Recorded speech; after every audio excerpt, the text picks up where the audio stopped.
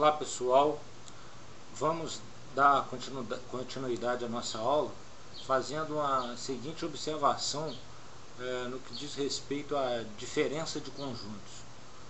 Então, se B está contido no A, a diferença A menos B denomina-se complementar de A, complementar de B em relação a A, certo? Então, se B está contido em A, vamos prestar bastante atenção nessa exigência aqui, ó, nessa condição. Se B está contido em A, então eu tenho dois conjuntos, um conjunto A e um conjunto B. Se o B está contido em A, o que está contido? Um conjunto está contido no outro. É que um conjunto está dentro, é elemento do outro conjunto, certo? Então, se B está contido, ou seja, se ele é elemento do outro conjunto, do A, a diferença A menos B denomina-se complementar de B em relação a A. E indica-se dessa forma aqui, ó, complementar de B em relação a A.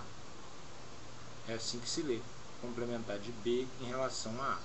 Então, exemplo aqui nós temos complementar de B em relação a A igual a A menos B. Repetindo, complementar de B em relação a A é igual a A menos B. Então, como nós já aprendemos a fazer subtração de conjunto, né, é muito simples calcular o complementar de um conjunto em relação ao outro. Então, vamos aqui a um exemplo prático. Se B é igual a 2, 3 e A é igual a 0, 1, 2, 3, 4, vamos ver se obedece à condição. O B está contido no A, certo? Então, essa condição tem que existir.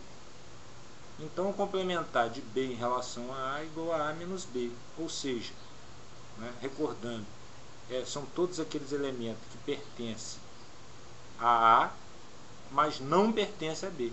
Por exemplo, o 2 pertence a A e pertence a B e também pertence a A. Então, o 2 não faz parte do A menos B.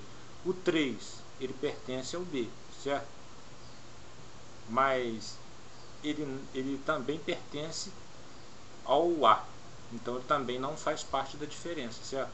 Agora, por exemplo, o número 1, ele pertence ao A, mas ele não pertence ao B, então ele faz parte da diferença. O 0, ele pertence ao A e não pertence ao B. Não é essa que é a definição de A menos B? Tem que pertencer ao primeiro conjunto, mas não pode pertencer ao segundo para fazer parte da diferença. Certo? O 4, por exemplo, ele pertence ao A, mas ele não pertence ao B, então ele pertence à diferença do A menos B. Então aqui está a resposta, complementar de B em relação a A, né, é igual a A menos B, que é 0, 1, 4. E se eu fosse representar o complementar de B em relação a A, eu ia, em forma de diagrama, né, eu ia representar dessa forma aqui, ó. Os elementos seriam o 0, 1 e o 4. Quer dizer, ele pertence a A, o 0, 1 e o 4 pertence a A, mas ele não pertence a B. Então, essa parte sombreada aqui que seria a resposta, né? Toda essa parte de fora aqui, ó, sombreada. Complementar de B em relação a A. Certo? Então, o complementar de B em relação a A é o que falta para B ficar igual a A. É uma forma assim da gente concluir, certo? Que complementar de B em relação a A é o que falta para o B ficar igual ao A, ou é igual a A menos B, certo? Então, por enquanto é só.